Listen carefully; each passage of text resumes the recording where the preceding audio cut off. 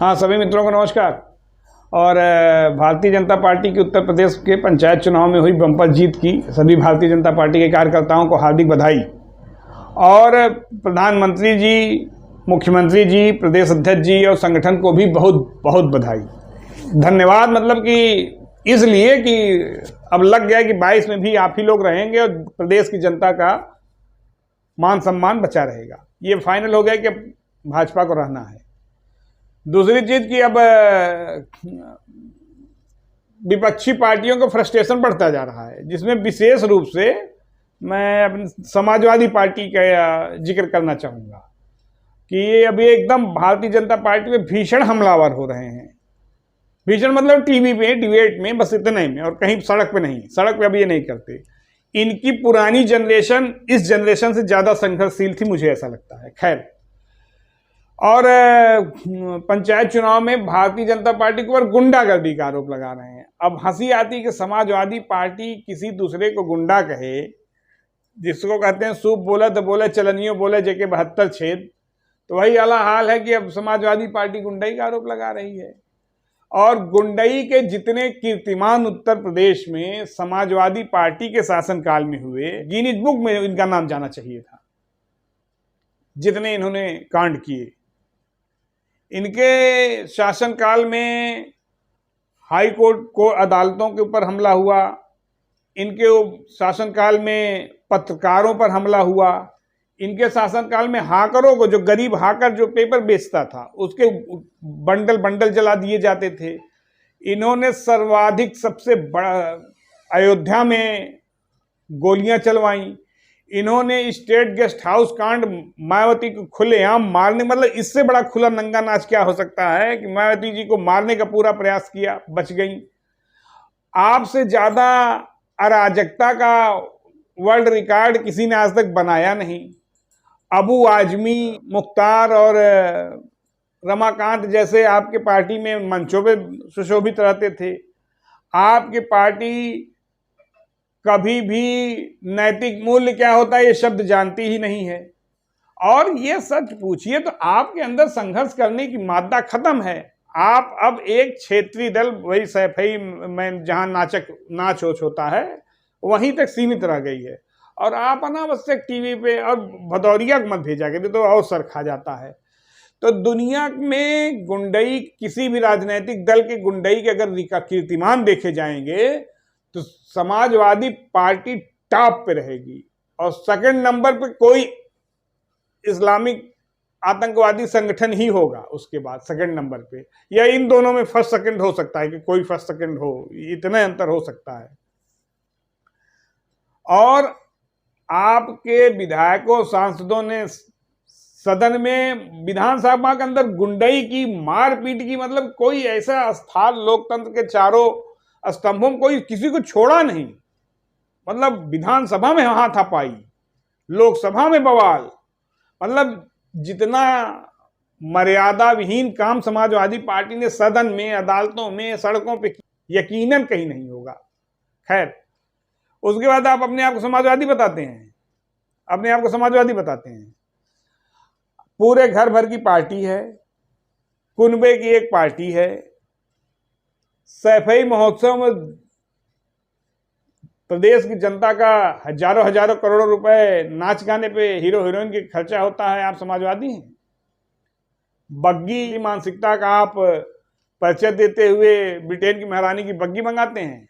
आपके गेहूं बेच के लाए थे, प्रदेश की जनता का ही था। और यहां तक कि आप तो अपने घर में आप लोग झगड़ा किए हुए हैं, सार्वजनिक रूप से झगड़ते हैं। पिताजी को अपमानित किया, चाचा को अपमानित किया, और तब आप दूसरे के ऊपर आरोप लगाने के लिए गुंडई का आरोप मत लगाया करिए, बड़ा खराब लगता है। आप लोग गुंडई का आरोप लगाते हैं समाज में। आप, हालांकि हम जानते हैं आप भी हंसते होंगे उसके जाने के बाद, प्रेस हट जाने के बाद आप भी हंसते होंगे, लेकिन आपके जो कार्यकर्ता हैं, जो गोजी वाले, वो आपकी बात को अभी तक गंभीरता से लेते हैं। आप सेकंड राहुल हैं वो समझने को तैयार नहीं है, या राहुल सेकंड अखिलेश हैं वो मानने को तैयार नहीं है। और आप कांग्रेस के पीछे भागे, वहां समझौता किया, स्थिति देख लिया। मायावती जी के पीछे गए, वहां स्थिति देख लिया। और मायावती जी ने पूरे आपके परिवार भर को अपने पैरों में गिरवाया, आप गिरे भी, सबका पैर छुआया। वहीं उनका भतीजा रहता था, आप लोगों का किसी का पैर नहीं छूता था, सार्वजनिक टीवी में चर्चा का विषय रहता था। आप लोगों ने खूब पैर छुआ कुर्सी के लिए। अब आप में परिश्रम की मात्रा नहीं रह गई है, तो अब आप इस दल उस दल सबसे देख चुके, तो अब आप ओवैसी को चारा डाल रहे हैं कि भैया हमको कुछ कर लो, भैया हमको कुछ कर लो। आप में कुछ करने का दम ही नहीं है। आप एकदम लुप्त प्राय पार्टी। इस विधानसभा चुनाव में आप, मेरा अंदाजा है कि 25 के नीचे रहेंगे। और गुंडई का ये आलम है कि आपकी सरकार ने रिकॉर्ड बनाए हैं कि सर्वाधिक जनप्रतिनिधियों की बात कर रहा हूं, जिसमें विधायक, सांसद, जिला पंचायत सदस्य, चेयरमैन, ऐसे सर्वाधिक हत्याएं आपके शासनकाल में हुई हैं, सर्वाधिक किडनैपिंग आपके शासनकाल में हुई हैं, सर्वाधिक लूट की घटनाएं आपके शासनकाल में हुई हैं। ये आपके कार्यकाल का डाटा है, मैं बता रहा हूं, आप वेबसाइट पर देख सकते हैं। आप हमसे ज्यादा वेबसाइट का नाम जानते हैं। आपके समय में नकली शराब की चेन नेपाल बॉर्डर से लेके पूरा गाजीपुर बलिया तक, बिहार के बॉर्डर तक जाती थी। पूरी एकदम आपके कार्यकर्ता लाइन से नकली शराब को भीषण धंधा करते थे, जो इस सरकार में टूटा। जमीन कब्जा सर्वाधिक आपके शासनकाल में हुई, गरीबों की। पिछड़ों के सर्वाधिक हक आपके शासनकाल में मारे गए। तो आप किस नैतिकता की बात कर सकते हैं और किस मुंह से कर सकते हैं? दलितों पर सर्वाधिक अत्याचार पिछले 30 सालों में आपके शासनकाल में हुए हैं, जब आपकी सरकार बनी है। और जब मायावती जी से गठबंधन टूटा था, उस वक्त कोई ऐसी बस्ती नहीं बची थी जहां दलित बेचारे सहम न गए हों। आप लोगों ने जो तांडव मचाया था। और मायावती जी सुरक्षित हो गई, उत्तर प्रदेश की पहली दलित महिला मुख्यमंत्री हो गई। भारतीय जनता पार्टी ने समर्थन दे दिया, नहीं तो मायावती जी की हत्या आप लोग कर देते। और दलितों को प्रदेश में सुरक्षा मिली, मायावती जी मुख्यमंत्री हुई, भाजपा ने समर्थन दिया, नहीं तो दलितों की बस्तियां जलाई जाती थी समर्थन वापस ले लेने पर। आप नैतिकता की और गुंडे अराजकता की बात कर रहे हैं। और गजब आपके प्रवक्ता टीवी पर आते हैं कि वो कभी भी, आप क्या ट्रेनिंग आप लोगों को देते हैं, कभी वो आतंकियों के खिलाफ नहीं बोलते, कभी वो पाकिस्तान के खिलाफ नहीं बोलते। अबू आजमी जैसा टाडा का आरोपी आपके बगल में बैठता है।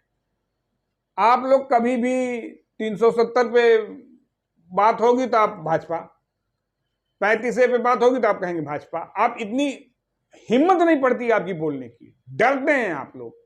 अरे बाप रे, वो हमारा ऑटोवा खसक न जाए।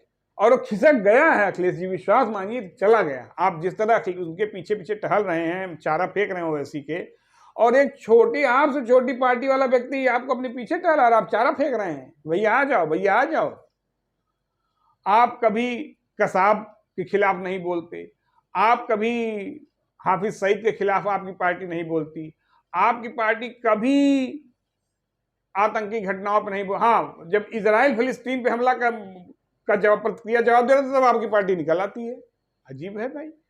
आप अपना लगभग इस्लामीकरण कर चुके हैं, और अच्छे इस्लामियों की नहीं, बुरे, बैड एलिमेंट्स जिसको कहा जाए, आप बुरे इस्लामिक व्यक्तियों की विचारधारा के हो चुके हैं, और अपने समर्थकों को भी वही बना रहे हैं इस तरह। और आप भगवान कृष्ण के वंशज, कहीं से आपकी राजनीतिक गतिविधियां समाजवादी पार्टी की लगती ही नहीं। भगवान कृष्ण के आप वंशज हैं, जिन्होंने धर्म की रक्षा के लिए कंस को मारा, जिन्होंने धर्म की रक्षा के लिए कौरवों का सर्वनाश कराया। तो मुझे तो लगता नहीं आप उनके वंशज हैं, या आप भटक चुके हैं उस मार्ग से।